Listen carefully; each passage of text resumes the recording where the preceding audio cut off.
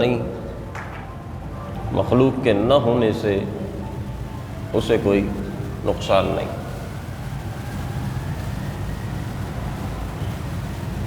جب کائنات میں کچھ نہیں تھا تو بھی اس کی شان اسی طرح تھی، جب قیامت قائم ہوگی کچھ نہیں ہوگا تو بھی اس کی شان اسی طرح ہوگی۔ اس کی شان گھٹنے بڑھنے سے پاک ہے۔ مخلوق کی صفات گھٹتی بڑھتی ہے، کم زیادہ ہوتی ہے، پیدا ہوتی ہے، صفات ختم ہوتی ہے۔ اللہ رب العزت کی صفات ان کیفیات سے پاک ہے۔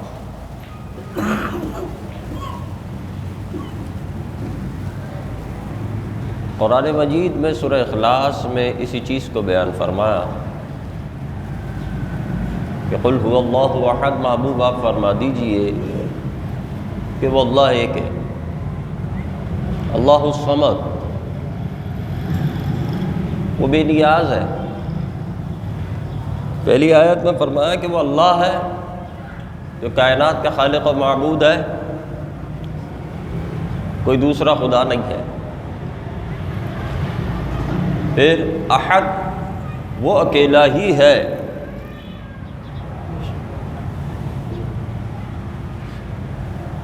اس کے ساتھ بھی کوئی دوسرا خدا نہیں ہے۔ بعضوں نے عقل کو خدا مانا تھا، بعضوں نے زمین و آسمان کے دو الگ الگ یا خیر و شر کے دو الگ الگ خدا مان لیے تھے تو ان کا رد کیا گیا۔ پھر فرمایا اللہ الصمد، وہ بے نیاز ہے، وہ کسی کا محتاج نہیں ہے۔ اس نے مخلوق پیدا فرمائی، جنت پیدا فرمائی، جہنم پیدا فرمائی، یہ سارے معاملات جو مخلوق کے ہیں تو وہ ان سب چیزوں کے کرنے کا محتاج نہیں تھا، وہ اس نے اپنی مرضی سے کیا۔ وہ بادشاہ ہے، اس سے کوئی پوچھنے والا نہیں ہے۔ وہ کوئی کام اس نے کیا ہے تو کسی سے پوچھ کر نہیں کیا ہے، اور جب کام مکمل ہوگا یا کوئی بھی کام مکمل ہوتا ہے یا آخرت میں تو اس نے کسی کو جواب نہیں دینا، مخلوق نے خدا کو جواب دینا۔ فرمایا محتاج نہیں ہے۔ مشرکین مکہ بعض وہ بھی تھے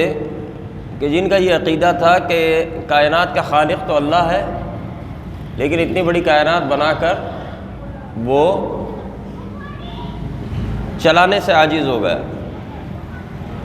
تو اس نے جو ہے وہ اس کی خدائی معطل ہو گئی ہے، اور یہ سسٹم جو ہے بتوں کے ہاتھوں میں یا فرشتوں کے ہاتھوں میں آ گیا ہے۔ مسلمانوں کے اور ان کے عقیدے میں یہ فرق ہے، جیسے ہم بعض بزرگوں کو اس درجے پر مانتے ہیں کہ نظام کائنات میں اللہ نے ان کو اختیارات دیے ہوئے ہیں، تو کچھ لوگ اسے مشرکین مکہ کے عقائد سے جوڑ دیتے ہیں کہ جو عقائد ان کے بتوں کے بارے میں تھے وہ ہمارے بزرگوں کے بارے میں ہو، تو ایسا نہیں ہے۔ بہت بڑا ایک فرق ہے۔ وہ فرق یہ ہے کہ وہ لوگ خدا کی مرضی کے خلاف بتوں کو اور ان کے اختیارات کو مانتے تھے یا فرشتوں کے اختیارات کو مانتے تھے، جبکہ مسلمان خدا کی مرضی کے خلاف نہیں مانتے۔ یعنی وہ یہ مانتے تھے کہ یہ خدا چاہے یا نہ چاہے، ہمارے بت جو چاہیں گے وہ ہوگا۔ یعنی ایک چیز میں ہمارے بتوں کی مرضی اور ہو، خدا کی مرضی اور ہو، تو معاذ اللہ ان کے نزدیک خدا اتنا عاجز ہو گیا تھا اور اس کی خدائی معطل ہو گئی تھی کہ اب جناب اس نظام میں خدا کو دخل اندازی کا اختیار ان کے نزدیک نہیں تھا، تو وہ اس طور پر مانتے تھے۔ جبکہ مسلمانوں کا ماننا یہ ہے کہ ہوتا وہی ہے جو خدا چاہتا ہے۔ ہاں، بزرگوں کا ایک توسل کام آتا ہے اور وہ اللہ رب العزت تک پہنچنے کا ایک سبب اور ایک وسیلہ ہوتے ہیں، اور جو اختیارات اللہ رب العزت نے ان کو دیے ہیں تو در حقیقت وہ اللہ ہی کے ہیں، اور کسی بھی ولی کا کوئی بھی اختیار وہ اللہ کی مرضی کے خلاف یا اس کے بغیر نہیں ہے۔ تو یہ ایک بہت بڑا فرق ہے مسلمانوں میں اور مشرکین میں، اور عقیدوں کا تعلق تو نیت سے ہی ہے، تو سوچ میں آپ کے کیا فرق ہے، اس سے بڑا اثر پڑتا ہے۔ صرف ظاہر کو ایک ہر جگہ نہیں دیکھا جاتا، بعض جگہ ظاہر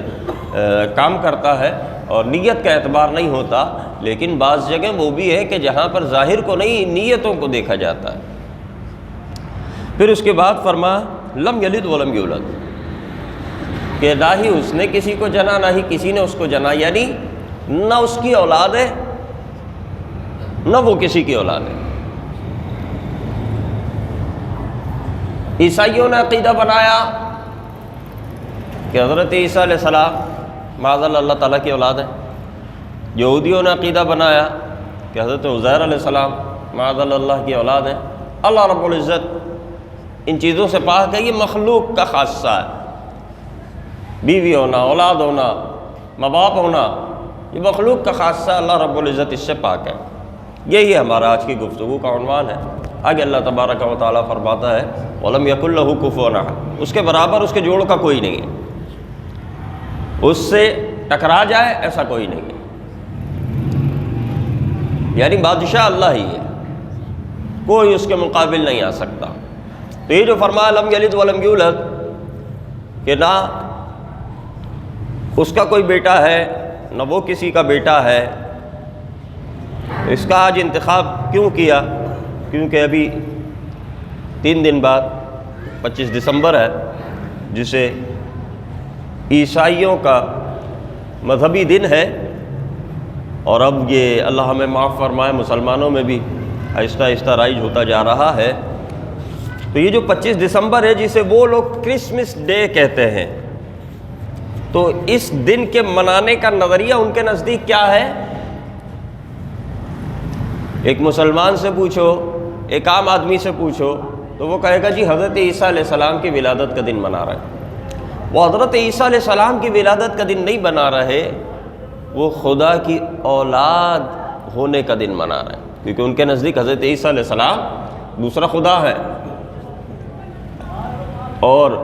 معاذ اللہ کے بیٹے ہیں۔ تو ان کا حضرت عیسیٰ علیہ السلام کا دن یوم ولادت منانا، اس کے پیچھے عقیدہ کچھ کفری اور شرکیہ ہے، لہذا وہ دن جائز نہیں ہے۔ لیکن یہ کیونکہ رواج بڑھتا جا رہا ہے اور مسلمانوں کی دین سے دوری اس حد تک ہے کہ یہ سوچے بغیر کہ کسی رسم کا اس کے ایمان پر کیا اثر پڑے گا، صرف تفریح کی غرض سے ہم جو ہے رسومات کو ادا کرنے لگ گئے ہیں۔ اللہ تعالیٰ ہمیں اس سے محفوظ فرمائے۔ اصل اسلام ہے، سب سے بڑی رسم اسلام ہے۔ اب جو رسومات بات کی ایجاد کردہ ہے، قاعدہ یہ ہے، کیونکہ جب دور آگے بڑھتا ہے تو ایسا نہیں ہو سکتا کہ آپ کے رسومات، آپ کے رنگ رویہ، یہ سارے معاملات میں کوئی تبدیلی نہ آئے، آپ کے رہن سہن، بہت ساری چیزیں ہوتی ہیں۔ تو جو رسومات اسلام کے مطابق ہوں گی وہ ادا کرنے کی اجازت ہوگی، جو اسلام کے خلاف ہوگی اسے ادا کرنے کی اجازت نہیں ہوگی۔ وہ بدعت سیئہ کہلائے گی، بری بدعت جو اسلام سے دور کرنے والی، سنت کو مٹانے والی۔ ہاں، جو اسلام کے تابع ہو، کسی سنت کو مضبوط کرنے کے لیے ہو تو ٹھیک ہے، اس کی اجازت ہوتی ہے۔ تو یہ جو رسم ہے نا، یہ کسی سنت کو نہیں بلکہ یہ عقیدے کو مٹا دینے والی ہے، یہ کرسمس ڈے جو وہاں منایا جاتا ہے۔ تو اس کے پیچھے ان کا عقیدہ کیا ہے کہ حضرت عیسیٰ علیہ السلام خدا کے بیٹے ہیں اور خدا کے یہاں معاذ اللہ ولادت ہوئی ہے، تو وہ دن ہم منا رہے ہیں۔ مسلمانوں کا عقیدہ حضرت عیسیٰ علیہ السلام کے بارے میں کیا ہے؟ اللہ رب العزت نے سورہ مریم میں بیان فرمایا وَاذْكُرْ فِي الْكِتَابِ مریم، حضرت مریم کا ذکر جو قرآن میں ہے، محبوب و لوگوں کو سنائیے۔ اب اس کا مطلب کیا ہے کہ اللہ اپنے حبیب کو فرما رہا ہے محبوب انہیں حضرت مریم کی بات بتاؤ، سناؤ۔ اس کا مقصد یہی ہے عیسائیوں کا رد کہ یہ عیسائی کچھ بھی عقیدہ بنا کر کے بیٹھے ہوئے ہیں، اصل بات کیا ہے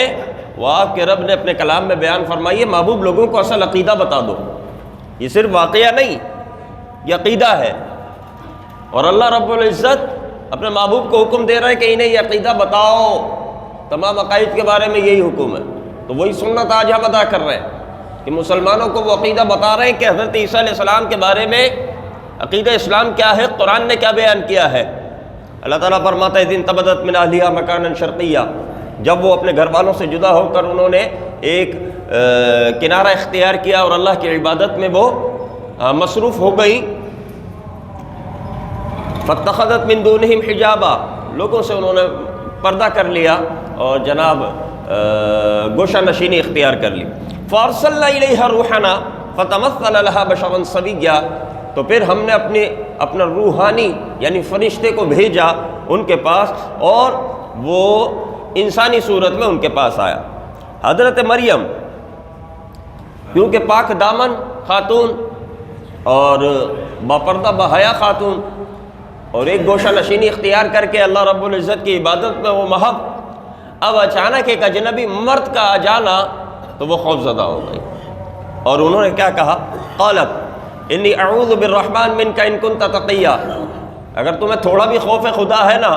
تو میں رحمان کی، اللہ کی پناہ چاہتی ہوں تم سے، یعنی کسی برائی کا ارادہ کرتے ہوئے میری جانب مت دیکھنا۔ تو وہ فرشتہ تھا، اس فرشتے نے کہا قال انما انا رسول ربک، مجھے آپ کے رب نے ہی بھیجا ہے، میں اللہ کی طرف سے ہی آیا ہوں، میں فرشتہ ہوں، لأہب لکی غلاما زکیا، تاکہ میں آپ کو ایک صاف ستھرا پاکیزہ بیٹا دوں۔ اب یہاں اہل سنت کا ایک عقیدہ بیان کیا جاتا ہے کہ حضرت جبریل یہاں پر آئے تھے اور حضرت جبریل نے کہا کہ میں تمہیں بیٹا دوں، تو حضرت جبریل بذات خود تو بیٹا نہیں دیتے، بیٹا تو اللہ نے ہی دینا تھا، حضرت جبریل نے وہ ایک پیغام سنا دیا، وہ ایک بات بتا دی، ایک سبب ایک وسیلہ بن گیا۔ تو اسی طرح اگر ہم آج اپنے بزرگوں کے بارے میں یہ جملہ یا کوئی بھی عطا کا جملہ کہتے ہیں نا، تو اس کے ساتھ ہمارا عقیدہ یہی ہوتا ہے کہ عطا کرنے والا اللہ ہی ہے، یہ بزرگ ایک وسیلہ ہے، یا ان کے سبب سے دعا قبول ہو گئی یا ان کی دعا قبول ہو گئی، تو وہ چیز وہ دلیل ہمیں قرآن مجید میں ملتی ہے۔ جبکہ مشرکین مکہ اور دیگر کفار و مشرکین کا عقیدہ اور ہے، وہ کسی مخلوق کے بارے میں اگر یہ بات کہتے ہیں، اگر اپنے بتوں کے بارے میں یہ بات کہتے ہیں کہ اس نے مجھے عطا کیا یا اس نے مجھے بیٹا دیا، تو وہ خدا کو بھول کر بذات خود اسے دینے والا مان کر وہ عقیدہ رکھتے ہیں، جبکہ مسلمانوں کا عقیدہ الگ ہے۔ تو ایک تو یہ کہ ہمارا عقیدہ بھی درست ہی رہنا چاہیے کہ ہم کسی کو بھی فی نفسی ہی دینے والا نہیں مانتے، بلکہ اللہ کی عطا سے اسے اور اللہ کے عطا کردہ اختیار سے اسے جو ہے عطا کرنے والا مانتے ہیں۔ تو ہم میں اور مشرکین میں بہت بڑا فرق ہے، تو ایک تو یہ فرق معلوم ہونا چاہیے، دوسرا اپنا عقیدہ درست رہنا چاہیے۔ قالت انا یکون لی غلام ولم یمسسنی بشر ولم اک بغیا،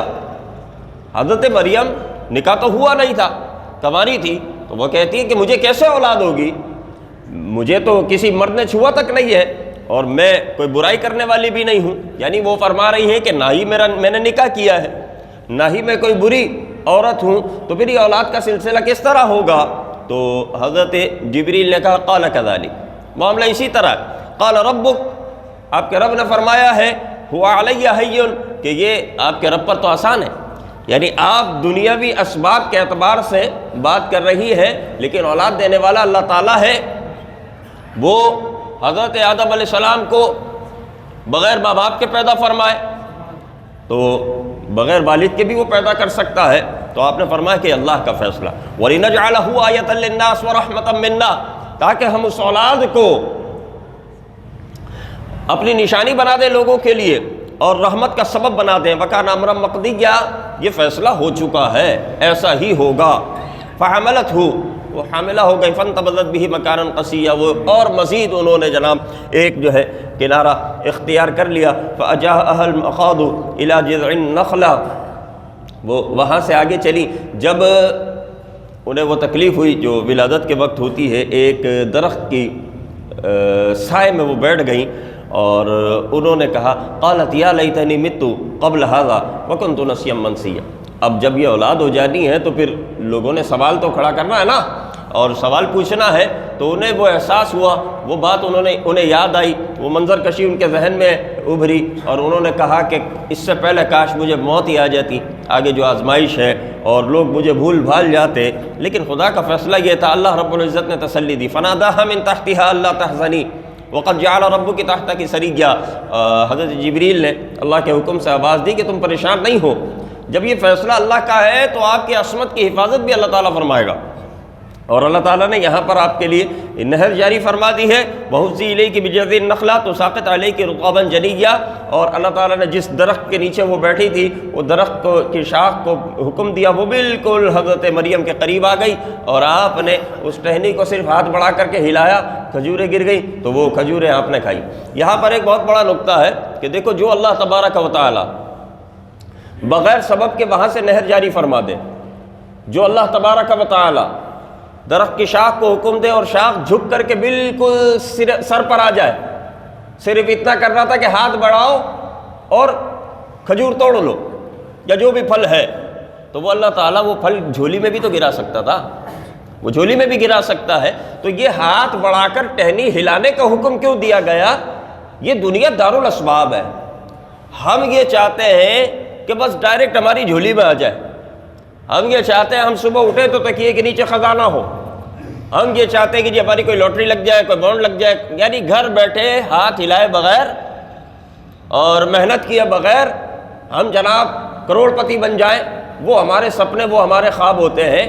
دنیا دارالاسباب ہے، اللہ تعالیٰ اس طرح بھی کر سکتا ہے، اس طرح بھی نوازتا ہے، لیکن جو ایک عام اس نے روٹین اور فطرت جو دی ہے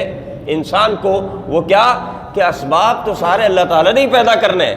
اور آپ نے اللہ سے مانگنے ہیں، لیکن کم سے کم اتنا تو آپ کو کرنا پڑے گا کہ ہاتھ بڑھا کر ٹہنی تو ہلانی پڑے گی، صرف گھر میں بیٹھنے سے نہیں ہونا ہے، آپ کو گھر سے تو نکلنا پڑے گا، تھوڑی محنت اپنے حصے کی تو آپ کو کرنی پڑے گی۔ یہاں پر حضرت مریم کو بھی یہی حکم دیا گیا، اور پھر وہاں پر آپ کی غذا کا انتظام ہوا، فَكُلِي وَاشْرَبِي وَقَرِّي عَيْنًا، کھاؤ پیو، اپنی آنکھوں کو ٹھنڈا کرو، اولاد آپ کے سامنے ہے۔ فَإِمَّا تَرَيِنَّ مِنَ الْبَشَرِ أَحَدًا،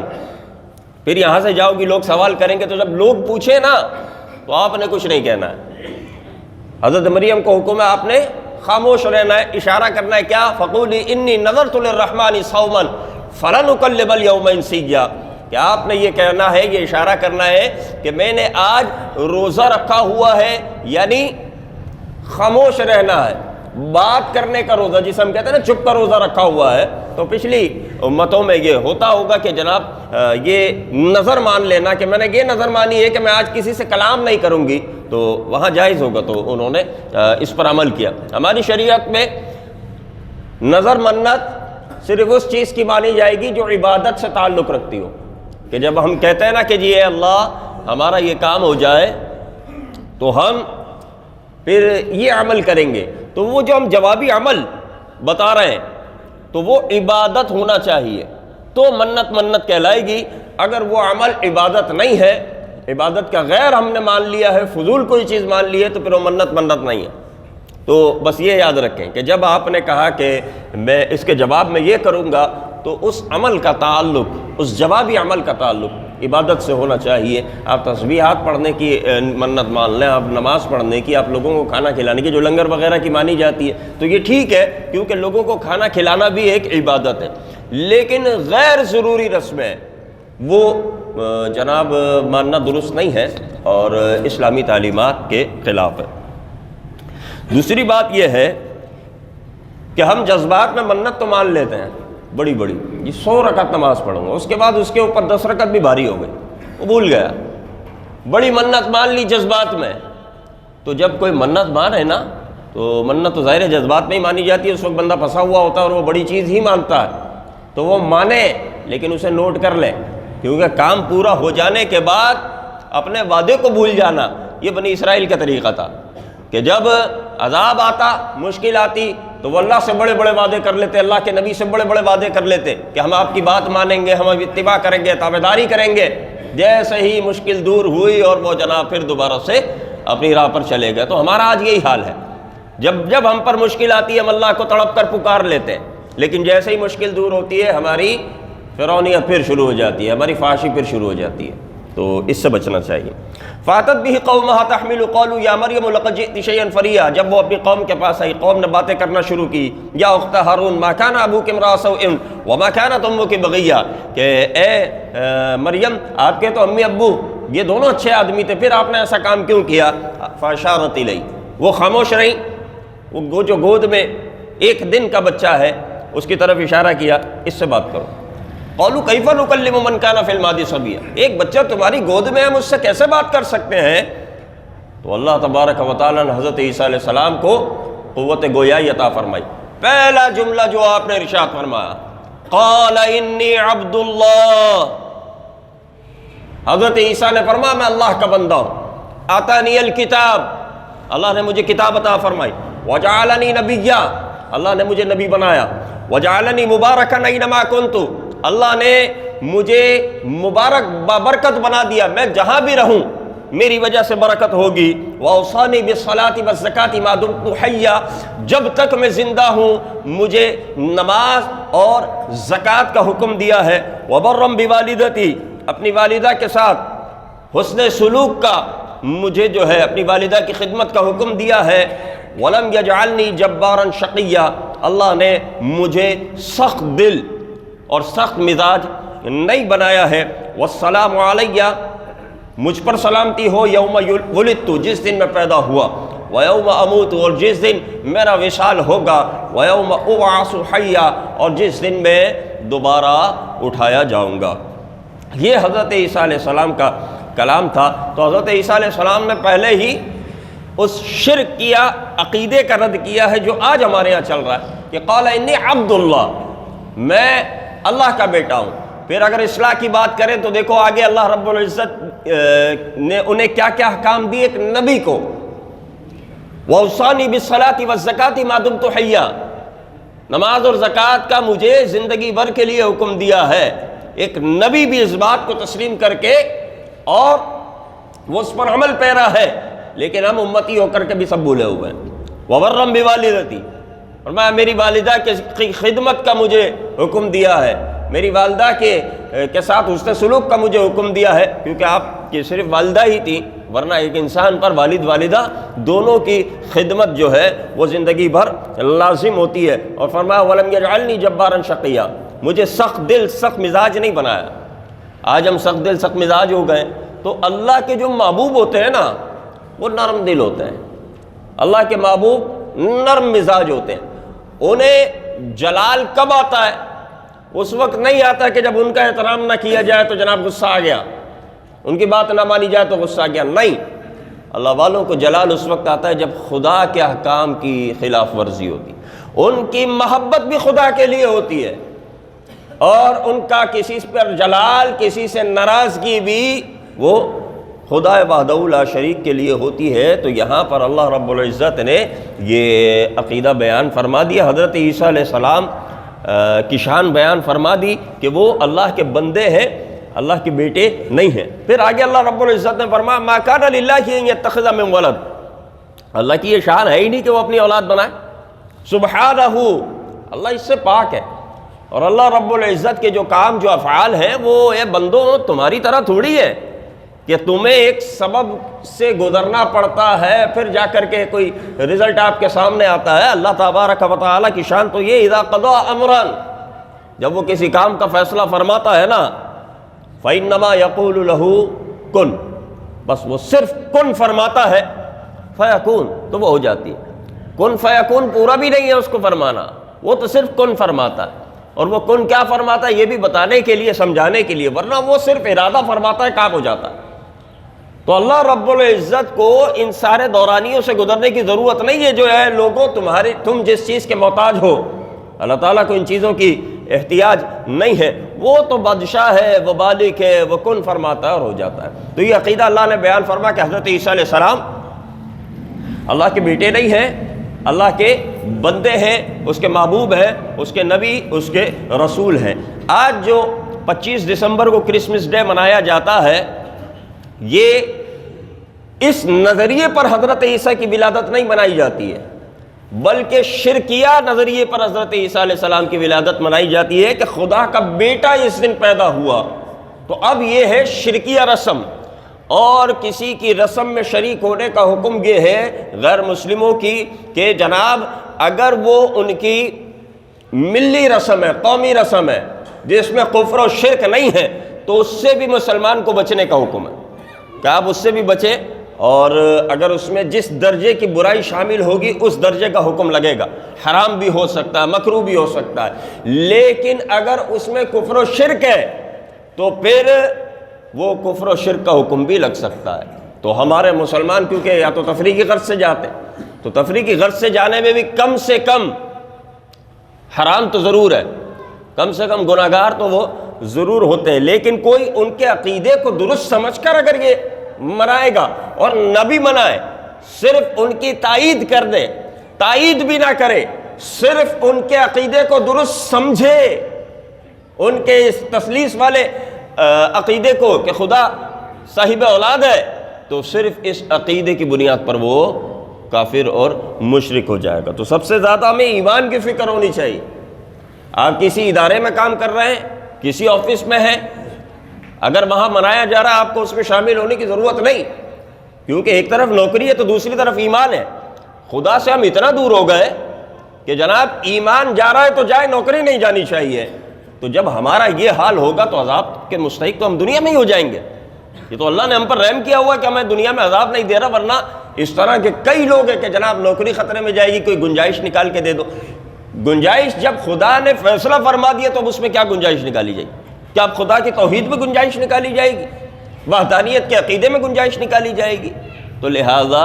اس چیز سے بچو۔ اور دوسری بات یہ کہ آپ کے بچے جس اسکول میں پڑھ رہے ہیں وہاں پر بھی اگر یہ کرسمس ڈے منایا جا رہا ہے تو پھر ایسے اسکولوں سے اپنے بچوں کو ہٹا لو، اپنے بچوں کا مستقبل بچاؤ، ان کی آخرت بچاؤ، ٹھیک ہے؟ تو اسکولوں میں بچوں کو کیا پڑھایا جا رہا ہے اس بات پر نظر رکھنا ضروری ہے کہ کہیں انہیں غیر شرعی چیزیں اور اسلامی احکام، اسلامی عقائد کے خلاف تو کچھ مٹیریل ان کو نہیں پڑھایا جا رہا ہے۔ کیا انہیں سکھایا جا رہا ہے؟ بچوں کی جناب ان کی شخصیت پر کیا اثر پڑ رہا ہے، وہ کس قسم کی باتیں کر رہے ہیں، یہ ساری آپ نے جو ہے نوٹ کرنی چاہیے۔ اگر وہ درست جگہ ہے تو ٹھیک ہے، اور اگر وہ غلط جگہ ہے تو تھوڑا سا بھی شک شبہ آ جائے تو وہاں سے ہٹا کر کسی اچھی جگہ پر بچوں کو داخل کروا دیں۔ دوسری بات یہ ہے کہ ایک یہی رسم نہیں، ساری رسموں کا اصول یہ ہے، ہم تفریح کے نام پر کوئی بھی رسم جناب ہمیں مل جائے اور ہم شروع ہو جاتے ہیں۔ ذرا ہم یہ تو دیکھیں کہ اس رسم کو ادا کرنا وہ کہیں ہمارے لیے آخرت میں وبال جان نہ بن جائے، یہ ذرا سی دیر کی تفریح یہ ہمارا ایمان نہ لے جائے، یہ ذرا سی دیر کی تفریح جناب ہمیں گناہگار نہ کر دے۔ تو صرف تفریح کے لیے جینا تو یہ ایک مسلمان کا کام نہیں ہے، اور ہم اتنا تفریح کے پیچھے دوڑ پڑے ہیں کہ ہم اپنی بھی رسموں میں وہ رسمیں ادا کر رہے ہیں جس میں تفریح ہے۔ ہاں، ہم وہ کام کریں گے دین کے نام پر بھی کہ جس میں ہمیں مزہ آئے۔ رات بھر جاگنے والا کام ہے، ہاں ٹھیک ہے کروا لو، اب مزہ آئے گا، اب اس میں حلیم پکوا لو یا کچھ بھی کروا لو۔ ہاں، آپ کو سفر کرنا ہے تو قریب کے مزار بھی خالی، قریب کی مسجدیں بھی خالی، ایک شہر سے دوسرے شہر جناب ہم جو ہے نا رائڈر بن کر پہنچ جائیں گے، کیونکہ اس میں ایک تفریح ہے۔ تو عبادت کو عبادت سمجھ کر کرو۔ تفریح جو چیز تفریح ہو گئی تو پھر عبادت نہیں ہے۔ عبادت ہے، عبادت ایک سنجیدگی کا نام ہے، عبادت میں تفریح نہیں آتی، عبادت میں روح کی لذت آتی ہے، نفس کی تفریح نہیں ہے۔ نفس کی تفریح اگر آ جائے تو پھر وہ چیز عبادت نہیں رہتی ہے۔ تو اپنی رسموں کو پر بھی غور کریں کہ ہماری رسمیں کوئی غیر شرعی تو نہیں ہے، جو غیر شرعی ہے چھوڑ دیں، شریعت سب سے بڑھ کر ہے، شریعت سب سے اوپر ہے۔ پھر اسی طرح آج دیکھ لیں یہ عیسائی جو ہے حضرت عیسیٰ علیہ السلام کو اللہ تعالیٰ کا بیٹا مانتے ہیں، حضرت عیسیٰ علیہ السلام سے محبت کا دعویٰ بھی کرتے ہیں، تو کبھی محبت میں غلو بھی ہو جاتا ہے۔ اس غلو سے بچیں کہ کہیں ہم کسی کی محبت میں غلو تو نہیں کر رہے، کہیں ہم مولا علی کی محبت میں کوئی غلو تو نہیں کر رہے، انہیں رسول اللہ سے افضل یا کسی نبی سے افضل یا دیگر صدیق اکبر اور فاروق اعظم سے افضل تو نہیں کہہ رہے، یہ عقیدہ اہل سنت کے خلاف ہے۔ اور اگر آپ نے دیگر انبیاء سے افضل سمجھ لیا تو وہ اسلام کے خلاف ہے، بندہ کافر ہو جاتا ہے اس سے۔ لیکن ہمارے یہ چیز عام ہوتی چلی جا رہی، کھلے چھپے الفاظ میں کبھی کوئی کھل کر بول رہا ہے، کوئی جناب اشارتاً کہہ رہا ہے، لیکن یہ چیزیں آتی چلی جا رہی ہے، ہمارے اندر یہ بیماری کہاں سے پیدا ہو رہی؟ کیونکہ ہم دوسروں کی رسمیں اپنائے چلے جا رہے ہیں تفریح کی غرض سے، تو آج ہمارا اس کا نقصان ہمارے سامنے ہے۔ اسی طرح اگر آپ بعض بزرگوں کے نام لیوا ہیں تو کہیں ان کی محبت میں آپ نے غلو تو نہیں کر دیا؟ غلو کیا ہے؟ دیکھو غلو یہ ہے کہ اللہ تعالیٰ فرما رہا ہے کہ عیسیٰ ہمارے بندے ہیں، حضرت عیسیٰ فرما رہے قال انی عبداللہ، میں اللہ کا بندہ ہوں۔ اب جو حضرت عیسیٰ فرما رہے ہیں اس کو نہیں ماننا ہے، لیکن حضرت عیسیٰ کی محبت کا دعویٰ کر کے اپنے عقائد بنا لینا۔ بھائی اگر حضرت عیسیٰ سے محبت سچی ہے تو وہ مانو جو حضرت عیسیٰ فرما رہے ہیں، سیدھی سی بات ہے نا، کوئی اس میں مشکل تو نہیں ہے کہ اگر آپ حضرت عیسیٰ سے محبت کے دعوے دار ہو تو وہ مانو نا جو حضرت عیسیٰ بتا رہے ہیں۔ مان آپ ایک نہیں رہے، دعوے آپ کے حضرت عیسیٰ کی محبت کے ہیں، تو اسی طرح ہمارے مسلمانوں میں بھی بہت سے ایسے ہیں، تو کہیں ہم تو ایسے نہیں ہیں کہ ہم بات یہ کریں کہ جی میں غوث اعظم سے بڑی محبت کرنے والا ہوں۔ غوث اعظم کی ماننی ایک نہیں ہے، دین اپنا بنایا ہوا، سلسلہ اپنا بنایا ہوا، تعلیمات غوث اعظم کا سرے سے نہیں ہو۔ کوئی غریب نواز سے محبت کا دعوے دار ہو کہ جی میں غریب نواز سے بڑی محبت کرتا ہوں اور جناب غریب نواز کے نام پر یہ، ارے غریب نواز کے نام پر تو نفس کی تفریح کر رہا ہے، لوگوں کو لوٹ رہا ہے، تو یہ بتا غریب نواز کی تعلیمات پر کتنا عمل ہے؟ تو غریب نواز سے محبت کرنے والا وہ ہوگا جو غریب نواز کی تعلیمات پر عمل کرنے والا ہو، اور غوث اعظم سے محبت اسی کی سچی ہوگی کہ جو جناب غوث اعظم کی تعلیمات پر عمل پیرا ہوگا۔ یہاں لوگوں نے اپنے اپنے دین بنا لیے،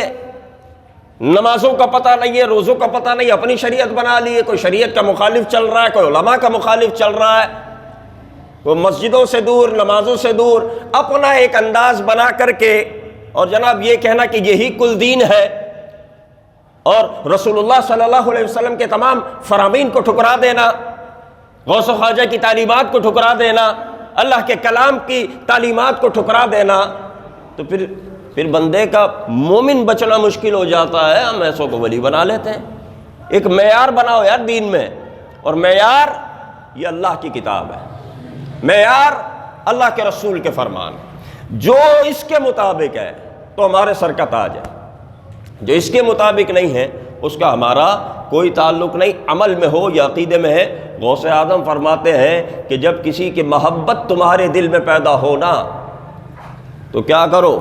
پہنچ نہیں جاؤ فوراً اس کے پاس، فوراً اس کی غلامی کا پٹا گلے میں نہیں ڈال لو۔ غوث اعظم فرماتے ہیں کہ کسی کی محبت تمہارے دل میں پیدا ہو، اس کے کاموں کو قرآن و حدیث پر پیش کرو، قرآن و حدیث کے مطابق ہے، بولا ٹھیک ہے اس کی غلامی کا پٹا اپنے گلے میں پہن لو، لیکن قرآن و حدیث کے خلاف ہے چھوڑ دو۔ کسی کی نفرت تمہارے دل میں پیدا ہو گئی، اس کے کاموں کو قرآن و حدیث پر پیش کرو، اگر اس کے مطابق ہے اپنی نفرت کو چھوڑ دو اور اس سے محبت کرو، اور اگر قرآن و حدیث کے مطابق نہیں ہے تو اب تم اس سے دور رہ سکتے ہو۔ حضور ایسا کیوں فرمایا؟ فرمایا اس لیے تاکہ نہ تمہاری محبت خدا کی مرضی کے خلاف ہو، نہ تمہاری نفرت کسی سے خدا کی مرضی کے خلاف، کہ تمہاری کسی سے محبت بھی اللہ کے لیے ہو، تمہارا کسی سے نفرت کرنا بھی اللہ کے لیے ہو۔ ہم اس دنیا میں آئے ہی اللہ کے لیے، غوث اعظم بھی ہمیں اللہ ہی کی طرف بلا رہے ہیں، غریب نواز بھی ہمیں اللہ ہی کی طرف بلا رہے ہیں، رسول اللہ صلی اللہ علیہ وسلم بھی اللہ ہی کی طرف بلا رہے ہیں۔ اس کے علاوہ کوئی دوسرا راستہ اللہ اس کے رسول نے نہیں دیا ہے، ہر دوسرا راستہ باطل ہے، بس ایک صراط مستقیم حق ہے، اسی پر گامزن رہی ہے۔ اللہ تعالی ہمیں اسی پر چلنے کی توفیق عطا فرمائے۔ وآخر دعوانا الحمد للہ رب العالمین۔